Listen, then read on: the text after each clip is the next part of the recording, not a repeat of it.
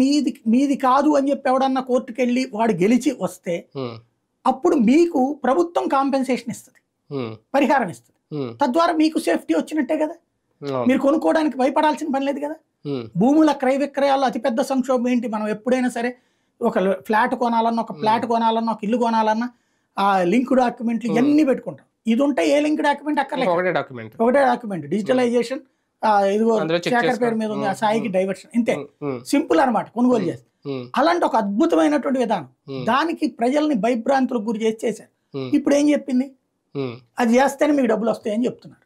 అట్లాగే ఉంటాయి ఇవన్నీ. ఓవరాల్ గా అంటే 48 లక్షల బడ్జెట్ దేశవ్యాప్తంగా ఒక గుడ్స్ అయినా కనిపించిందా? కొన్ని రాష్ట్రాల మీద సవతి ప్రేమ కనిపిస్తుంది. అర్థమైనటువంటి వాడికి అయితే ఇది దేశం మొత్తానికి సంబంధించింది.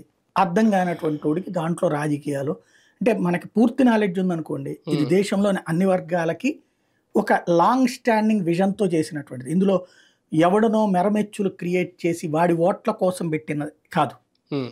అదే రాజకీయం చూడాలనుకోండి, అది తెలంగాణ పేరు ఎందుకు చెప్పలేదు, బెంగాల్ పేరు ఎందుకు చెప్పలేదు, ఇట్లా నడుస్తుంది. వీళ్ళకి ఎందుకు ఇచ్చారు, బీహార్కి ఎందుకు ఇచ్చారు,